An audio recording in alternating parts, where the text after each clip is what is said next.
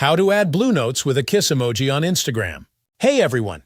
In this video tutorial, we're showing you how to add blue notes with a kiss emoji on Instagram. You can actually add blue notes with a kiss emoji on Instagram with just a few simple steps.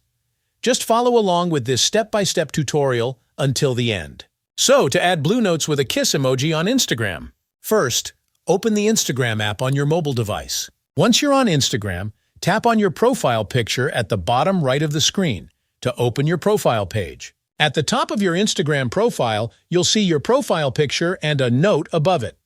Tap on the note. A new screen will appear with a text field.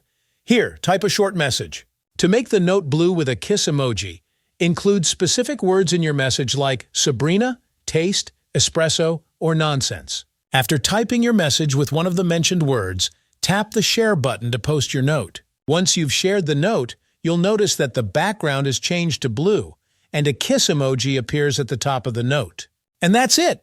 Now you know how to add blue notes with a kiss emoji on Instagram. If you have any questions, feel free to leave them down in the comments below. I'll do my best to help. Thanks for watching. If you found this video helpful, do not forget to like this video and subscribe to this channel.